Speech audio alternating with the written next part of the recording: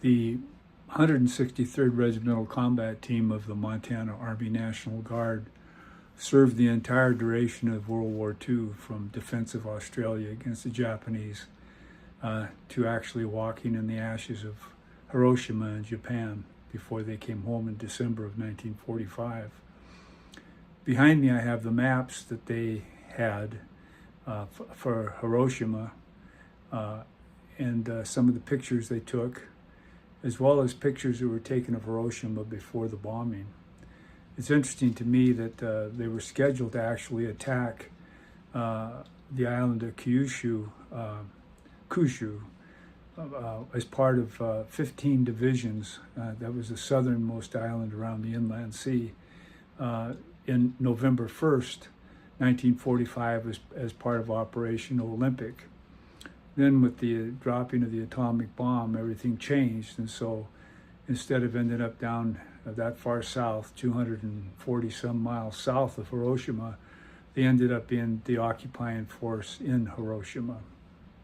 And so they landed at the Curie Naval Base, and then it was a short distance into Hiroshima. And that's why they ended up walking through what was left of a really beautiful city, industrial city, along the northern edge of the inland sea. I guess that's important for people, regardless of your politics, to recognize that war is a serious business.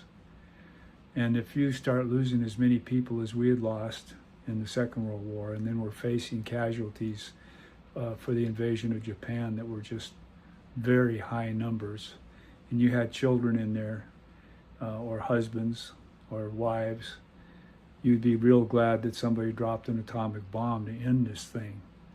I had a neighbor in Butte that was in the 7th Infantry Division, and he said he didn't know what the atomic bomb was, but he was sure glad they dropped it because he didn't want to go have to attack Japan. He was in Okinawa at the time.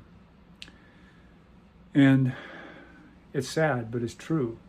And that's why we have to worry as much about nuclear weapons as we aren't worrying right now, which bothers me greatly, because we're being very cavalier. I guess the biggest concern I have right now is that somebody on a whim decides to drop a bomb just to show that he can do it. But so far people have been pretty well restrained, even though they have unlimited power down through the chain of command to launch nuclear weapons. Which brings me to today. We're now in February, getting close to Valentine's Day of 2026. And what's happening is down in Los Alamos, New Mexico, the Department of Energy is beginning again to make plutonium triggers for new nuclear weapons, and a huge improvement to our nuclear missile arsenal called the Sentinel Modernization Program is way over budget. And people involved in it in the Air Force are saying it's a waste of money. And whatever the local boondoggle politics or pork barrel politics that have caused that proposal to move to the level of maturity that is right now, they're out of date, because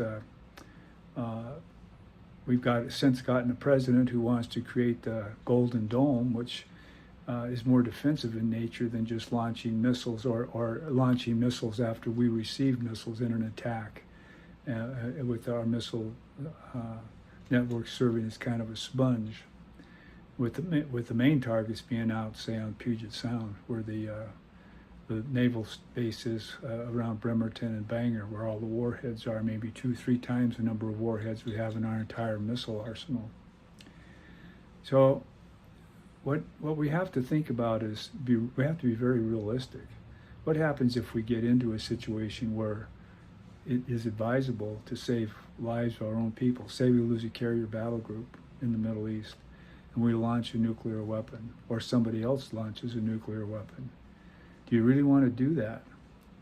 And so I'm very serious that we need to try to get our president to sign the treaty prohibiting nuclear weapons, to begin the process of disarming ourselves over many years. It'll take many years, but already, because the Strategic Arms Reduction Treaty, the New START Treaty, lapsed last week, and already the Soviet Union, or not the Soviet Union, Russia, is beginning to expand its nuclear presence down into Africa with Mali, Burkina Faso, Niger, places that people in America don't know much about. But they're very real, and they are beginning to grow a dependency on Russia around nuclear power and possibly nuclear weapons. And that's why the treaty to prohibit nuclear weapons, it's already been signed by 95 countries and ratified by 74. It would be really good to have 2 more signatures. Iran, who's not yet signed but has indicated it's inclined to do that, and us, the United States. But if we did it, we'd be the first of the 9 nuclear weapon powers to sign.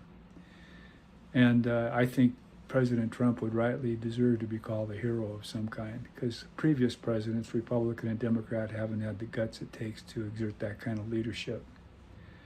Now, one of the things that has to happen for us to begin disarming over the long run, this is a complex problem.